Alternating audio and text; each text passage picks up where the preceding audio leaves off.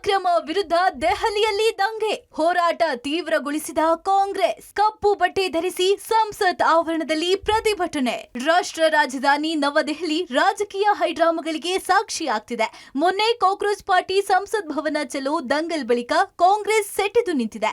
CJP ಕಾರ್ಯಕರ್ತರು ವಿದ್ಯಾರ್ಥಿಗಳ ಮೇಲೆ ಲಾಠಿ ಚಾರ್ಜ್ ಖಂಡಿಸಿ ನೀಟ್ ಅಕ್ರಮದಲ್ಲಿ ಪ್ರಧಾನಿ ಮೋದಿ, ಧರ್ಮೇಂದ್ರ ಪ್ರಧಾನ್ ರಾಜೀನಾಮೆಗೆ ಆಗ್ರಹಿಸಿ ಕಾಂಗ್ರೆಸ್ ನಿನ್ನೆ ಪ್ರತಿಭಟನೆ ನಡೆಸಿತ್ತು.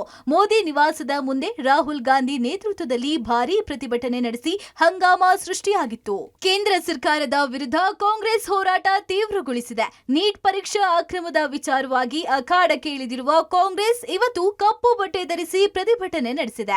ಸಂಸತ್ ಆವರಣದಲ್ಲಿ ಕಾಂಗ್ರೆಸ್ ಸಂಸದರು ಕಪ್ಪು ಬಟ್ಟೆ ಧರಿಸಿ ಪ್ರತಿಭಟನೆ ನಡೆಸಿದ್ರು. ಇಂದಿನ ಸಂಸತ್ ಕಲಾಪ ಆರಂಭಕ್ಕೂ ಮುನ್ನ ಸಂಸತ್ ಭವನ ಆವರಣದಲ್ಲಿ ಪ್ರತಿಭಟನೆ ನಡೆಸಲಾಯಿತು. ಪ್ರತಿಭಟನೆಯಲ್ಲಿ ರಾಹುಲ್ ಗಾಂಧಿ, ಮಲ್ಲಿಕಾರ್ಜುನ್ ಖರ್ಗೆ, ಪ್ರಿಯಾಂಕಾ ವಾದ್ರಾ ಸೇರಿ ಹಲವು ಸಂಸದರು ಭಾಗಿಯಾಗಿದ್ರು.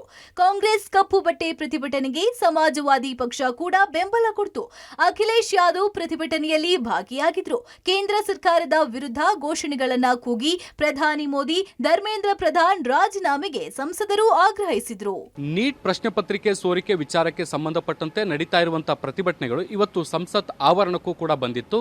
ವಿರೋಧ ಪಕ್ಷದ ನಾಯಕರು ಎಲ್ಲರೂ ಕೂಡ ಸೇರಿ ಕಾಂಗ್ರೆಸ್ ನೇತೃತ್ವದಲ್ಲಿ ಇವತ್ತು ಕಪ್ಪು ಬಟ್ಟೆಯನ್ನು ಧರಿಸಿ ಪ್ರತಿಭಟನೆಯನ್ನು ನಡೆಸಿದರು. ಎಐಸಿಸಿ ಅಧ್ಯಕ್ಷ ಮಲ್ಲಿಕಾರ್ಜುನ್ ಖರ್ಗೆ, ಲೋಕಸಭೆ ವಿರೋಧ ಪಕ್ಷದ ನಾಯಕ ರಾಹುಲ್ ಗಾಂಧಿ ಸೇರಿದಂತೆ ಪ್ರಮುಖ ನಾಯಕರೆಲ್ಲರೂ ಕೂಡ ಇದ್ದರು. ಮತ್ತೆ ಮೈತ್ರಿ ಪಕ್ಷದ ಪ್ರಮುಖ ನಾಯಕರು ಕೂಡ ಎಲ್ಲರೂ ಕೂಡ ಕೇಂದ್ರ ಸರ್ಕಾರದ ವಿರುದ್ಧ ಧಿಕ್ಕಾರವನ್ನು ಕೂಗಿದ್ರು. ಮತ್ತೆ ಕೇಂದ್ರ ಸಚಿವ ಧರ್ಮೇಂದ್ರ ಪ್ರಧಾನ್ ರಾಜೀನಾಮೆಯನ್ನು ಕೊಡಬೇಕು ಅನ್ನುವಂಥ ನಿಟ್ಟಿನಲ್ಲಿ ಒತ್ತಾಯ ಮಾಡಿದರು. ದೆಹಲಿಯಲ್ಲಿ ನೀಟ್ ದಂಗಲ್, ರಾತ್ರಿ ಹೈಡ್ರಾಮಾ, ರಾಹುಲ್ ಗಾಂಧಿ ಬಂಧನ, ಬಿಡುಗಡೆ, ರಾಹುಲ್ ಗಾಂಧಿ ಮೂಗಿನಲ್ಲಿ ರಕ್ತ. ಇನ್ನು ನಿನ್ನೆ ರಾಹುಲ್ ಗಾಂಧಿ ನೇತೃತ್ವದಲ್ಲಿ ಪ್ರಧಾನಿ ಮೋದಿ ನಿವಾಸದ ಬಳಿ ಕಾಂಗ್ರೆಸ್ ಪ್ರತಿಭಟನೆ ನಡೆಸಿದ್ರು. ರಸ್ತೆಯಲ್ಲಿ ಮಲಗಿ ಪ್ರತಿಭಟನೆ ಮುಂದುವರಿಯಿತು. ಪ್ರತಿಭಟನೆ ಉಗ್ರ ಸ್ವರೂಪ ಪಡೆಯುವ ಮುನ್ನವೇ ರಾಹುಲ್ ಗಾಂಧಿಯವರನ್ನ ದೆಹಲಿ ಪೊಲೀಸರು ಬಂಧಿಸಿ ಬಿಡುಗಡೆ ಮಾಡಿದ್ರು. ರಾಹುಲ್ ಮತ್ತು ಪ್ರಿಯಾಂಕಾ ಸೇರಿದಂತೆ ಹಲವು ಕಾಂಗ್ರೆಸ್ ನಾಯಕರ ಬಂಧಿಸಿ ಬಿಡುಗಡೆಗೊಳಿಸಲಾಯಿತು. ಇನ್ನು ತಳ್ಳಾಟ ನೂಕಾಟ ವೇಳೆ ರಾಹುಲ್ ಗಾಂಧಿ ಮೂಗಿನಿಂದ ರಕ್ತ ಬಂದಿದೆ. ಇನ್ನು ರಾಹುಲ್ ಪ್ಯಾಂಟ್ ಕೂಡ ಹರಿದಿದೆ. ರಾಹುಲ್ ಗಾಂಧಿಯನ್ನ ಪೊಲೀಸರು ಎತ್ತಾಕೊಂಡು ಹೋಗುವ ದೃಶ್ಯಗಳು, ಗಾಯದ ದೃಶ್ಯಗಳು ವೈರಲ್ ಆಗಿವೆ. ಪ್ರಧಾನಿ ನರೇಂದ್ರ ಮೋದಿಯವರ ನಿವಾಸದ ಮುಂಭಾಗದಲ್ಲಿ ಪ್ರತಿಭಟನೆ ನಡೆಸ್ತಾ ಇದ್ದಂತಹ ರಾಹುಲ್ ಗಾಂಧಿಯವರ ಮೇಲೆ ಹಲ್ಲೆ ನಡೆದಿದೆ ಅನ್ನುವಂಥ ಗಂಭೀರ ಆರೋಪವನ್ನು ಕಾಂಗ್ರೆಸ್ ಮಾಡಿದೆ. ಇದಕ್ಕೆ ಸಂಬಂಧಪಟ್ಟಂತೆ ಕೆಲವು ಫೋಟೋ ಮತ್ತೆ ವಿಡಿಯೋಗಳನ್ನು ಕೂಡ ಅದು ರಿಲೀಸ್ ಮಾಡಿದೆ. ಫೋಟೋಗಳಲ್ಲಿ ರಾಹುಲ್ ಗಾಂಧಿಯವರ ಮೂಗಿನಿಂದ ರಕ್ತ ಸೋರ್ತಾ ಇರುವಂಥದ್ದು, ಮತ್ತೆ ಅವರ ಬಟ್ಟೆಗಳು ಹರಿದಿರುವಂಥದ್ದು, ಮತ್ತೆ ಅಸ್ತವ್ಯಸ್ತ ಸ್ಥಿತಿಯಲ್ಲಿರುವಂತಹ ಪಿಕ್ಚರ್ಗಳನ್ನು ತೋರಿಸಿ ಮೋದಿ ಸರ್ಕಾರ ಯಾವ ರೀತಿಯಾಗಿ ವಿರೋಧ ಪಕ್ಷದ ನಾಯಕರನ್ನು ನಡೆಸಿಕೊಳ್ಳುತ್ತಿದೆ ಅನ್ನುವಂತಹ ನಿಟ್ಟಿನಲ್ಲಿ ಟೀಕಾ ಪ್ರಹಾರವನ್ನ ಮಾಡಿರುವಂಥದ್ದು. ಇದೇ ವಿಚಾರವನ್ನ ಇಟ್ಕೊಂಡು ದೇಶಾದ್ಯಂತ ಪ್ರತಿಭಟನೆಗೂ ಕೂಡ ಈಗ ಕಾಂಗ್ರೆಸ್ ಕರೆ ಕೊಟ್ಟಿದೆ. ರಾಹುಲ್, ಪ್ರಿಯಾಂಕಾ ಸೇರಿ ಹಲವು ಕಾಂಗ್ರೆಸ್ ನಾಯಕರ ಬಂಧನವಾಗ್ತಿದ್ದಂತೆ ಕಾಂಗ್ರೆಸ್ ನಾಯಕಿ ಸೋನಿಯಾ ಗಾಂಧಿ ಖುದ್ದಾಗಿ ಮಂದಿರ ಮಾರ್ಗ ಪೊಲೀಸ್ ಠಾಣೆಗೆ ಭೇಟಿ ನೀಡಿದ್ರು. ರಾಹುಲ್ ಗಾಂಧಿಯನ್ನ ಛತ್ರಸಾಲ್ ಸ್ಟೇಡಿಯಂನಲ್ಲಿ ಬಂಧಿಸಿಡಲಾಗಿತ್ತು. ಸೋನಿಯಾ ಗಾಂಧಿ ಭೇಟಿ ಬಳಿಕ ಎಲ್ಲಾ ಕಾಂಗ್ರೆಸ್ ನಾಯಕರನ್ನು ಪೊಲೀಸ್ ಠಾಣೆಯಿಂದ ಬಿಡುಗಡೆ ಮಾಡಲಾಗಿದೆ.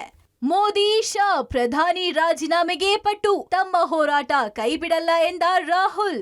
ಬಿಡುಗಡೆ ಬಳಿಕ ರಾಹುಲ್ ಗಾಂಧಿ ಮಾತನಾಡಿ, ಶಾಂತಿಯುತವಾಗಿ ಪ್ರತಿಭಟನೆ ನಡೆಸುತ್ತಿದ್ದ ವಿದ್ಯಾರ್ಥಿಗಳ ಮೇಲೆ ಬಲಪ್ರಯೋಗ ಮಾಡಲಾಗಿದೆ. ಪ್ರಧಾನಿ ಮೋದಿ ದೇಶದ ವಿದ್ಯಾರ್ಥಿಗಳ ಕ್ಷಮೆ ಯಾಚಿಸಲು ಆಗ್ರಹಿಸಿದ್ರು. ಕೇಂದ್ರ ಶಿಕ್ಷಣ ಸಚಿವ ಧರ್ಮೇಂದ್ರ ಪ್ರಧಾನ್ ಅವರ ರಾಜೀನಾಮೆಗೆ ರಾಹುಲ್ ಗಾಂಧಿ ತಮ್ಮ ಬೇಡಿಕೆಯನ್ನ ಪುನರುಚ್ಚರಿಸಿದ್ರು. ಕೊನೆಗೂ ಮೌನ ಮುರಿದ ಧರ್ಮೇಂದ್ರ ಪ್ರಧಾನ್. ಕಾಂಗ್ರೆಸ್ ವಿದ್ಯಾರ್ಥಿಗಳನ್ನ ರಾಜಕೀಯ ದಾಳವಾಗಿಸಿಕೊಂಡಿದೆ. ಎಕ್ಸ್ ನಲ್ಲಿ ಕೇಂದ್ರ ಸಚಿವ ಧರ್ಮೇಂದ್ರ ಪ್ರಧಾನ್ ಕಿಡಿ. ತಮ್ಮ ರಾಜೀನಾಮೆಗೆ ಆಗ್ರಹ ಕೇಳಿ ಬರ್ತಿರುವ ನಡುವೆಯೇ ಕೇಂದ್ರ ಶಿಕ್ಷಣ ಸಚಿವ ಧರ್ಮೇಂದ್ರ ಪ್ರಧಾನ್ ಮೊದಲ ಬಾರಿಗೆ ಮೌನ ಮುರಿದಿದ್ದಾರೆ. ಲೋಕಸಭೆಯ ಪ್ರತಿಪಕ್ಷ ನಾಯಕ ರಾಹುಲ್ ಗಾಂಧಿ ವಿರುದ್ಧ ತೀವ್ರ ವಾಗ್ದಾಳಿ ನಡೆಸಿದ್ದಾರೆ. ಸಂಸತ್ ಅಧಿವೇಶನದ ವೇಳೆ ವಿದ್ಯಾರ್ಥಿಗಳನ್ನ ರಾಜಕೀಯ ಉದ್ದೇಶಗಳಿಗೆ ಬಳಸಿಕೊಳ್ಳಲಾಗುತ್ತಿದೆ ಎಂದು ಆರೋಪಿಸಿದ್ದಾರೆ. ನೀಟ್ ಬಗ್ಗೆ ಚರ್ಚಿಸಲು, ವಿದ್ಯಾರ್ಥಿಗಳು ಮತ್ತು ಯುವ ಜನರ ಸಮಸ್ಯೆಗಳನ್ನು ಪರಿಹರಿಸಲು ಕೇಂದ್ರ ಬದ್ಧವಾಗಿದೆ. ಇದನ್ನ ತಿಳಿಸಿದ ನಂತರವೂ ಕಾಂಗ್ರೆಸ್ ಪ್ರಜಾಪ್ರಭುತ್ವ ಚರ್ಚೆಗಿಂತ ರಾಜಕೀಯ ಪ್ರದರ್ಶನವನ್ನ ಆರಿಸಿಕೊಂಡಿದೆ. ಅವರ ಉದ್ದೇಶ ವಿದ್ಯಾರ್ಥಿಗಳಿಗೆ ಪರಿಹಾರ ಕಲ್ಪಿಸೋದಲ್ಲ. ಸಂಸತ್ತಿನ ಮುಂಗಾರು ಅಧಿವೇಶನದಲ್ಲಿ ಗೊಂದಲ ಸೃಷ್ಟಿಸಲು ಕಾಂಗ್ರೆಸ್ ವಿದ್ಯಾರ್ಥಿಗಳನ್ನ ರಾಜಕೀಯ ದಾಳವಾಗಿ ಬಳಸಿಕೊಳ್ತಿದೆ. ಸಂಸತ್ನಲ್ಲಿ ಮೂರನೇ ದಿನವೂ ಕೋಲಾಹಲ, ಎರಡು ಸದನಗಳಲ್ಲಿ ವಿಪಕ್ಷಗಳ ಹಂಗಾಮ. ಧರ್ಮೇಂದ್ರ ಪ್ರಧಾನ್ ರಾಜೀನಾಮೆಗೆ ಪಟ್ಟು.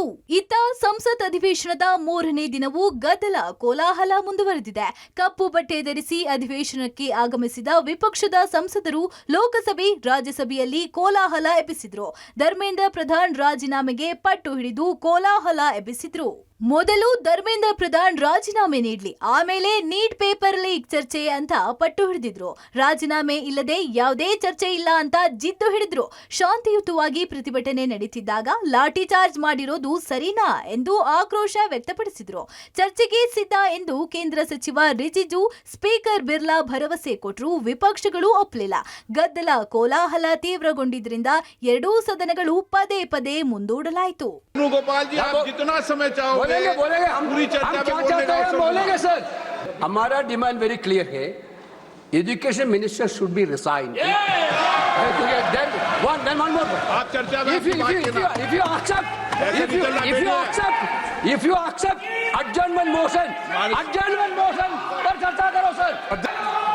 सरकार नीट पेपर लीक का चर्चा के लिए पूरी तरह से तैयार है। नीट पेपर लीक पे चर्चा करने के तैयार है और इस देश के युवाओं का भविष्य के लिए हम सब मिलकर के एक सार्थक चर्चा हो, ये सरकार चाहती है। अध्यक्ष महोदय, हम मजबूरी में गए हैं प्रधानमंत्री के आवास पर।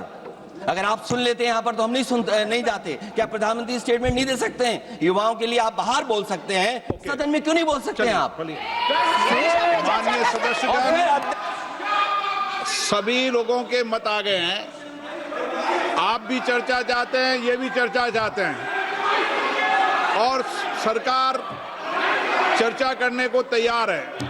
आप आइए, कब चर्चा करनी है, कितनी देर चर्चा करनी है, ಸರ್ಕಾರ ಚರ್ಚಾಕ್ಕೂ ತಯಾರ. ಕಳೆದ 3 ದಿನಗಳಿಂದ ನಡೀತಾ ಇರುವಂತಹ ಸರಣಿ ಪ್ರತಿಭಟನೆಗಳ ಬಳಿಕ ಕೇಂದ್ರ ಸರ್ಕಾರ ಸ್ವಲ್ಪ ತಣ್ಣಗಾದಂತೆ ಕಾಣಿಸ್ತಾ ಇರುವಂತದ್ದು. ಈ ವಿಚಾರಗಳಿಗೆ ಸಂಬಂಧಪಟ್ಟಂತೆ ಸಂಸತ್ನಲ್ಲಿ ಚರ್ಚೆಯನ್ನು ಮಾಡಲಿಕ್ಕೆ ಕಡೆಗೂ ಕೂಡ ಒಪ್ಕೊಂಡಿರುವಂತದ್ದು. ಇವತ್ತು ಸಂಸತ್ ಅಧಿವೇಶನದ ಸಂದರ್ಭದಲ್ಲಿ ಈ ಮಾಹಿತಿಯನ್ನ ಸ್ಪೀಕರ್ ಓಂ ಬಿರ್ಲಾ ಕೂಡ ಹೇಳಿದ್ರು. ಸರ್ಕಾರ ಈ ವಿಚಾರಗಳಿಗೆ ಸಂಬಂಧಪಟ್ಟಂತೆ ಚರ್ಚೆಗೆ ಸಿದ್ಧವಿದೆ, ವಿರೋಧ ಪಕ್ಷಗಳು ಕೂಡ ಸಹಕಾರವನ್ನ ಕೊಡಬೇಕು ಅಂತ ಹೇಳಿದ್ರು. ಆದರೆ ವಿರೋಧ ಪಕ್ಷಗಳು ಮಾತ್ರ ಶಿಕ್ಷಣ ಸಚಿವ ಧರ್ಮೇಂದ್ರ ಪ್ರಧಾನ್ ಅವರು ರಾಜೀನಾಮೆಯನ್ನ ಕೊಡದ ಹೊರತಾಗಿ ಯಾವುದೇ ರೀತಿಯಾದಂಥ ಚರ್ಚೆಗಳಿಲ್ಲ.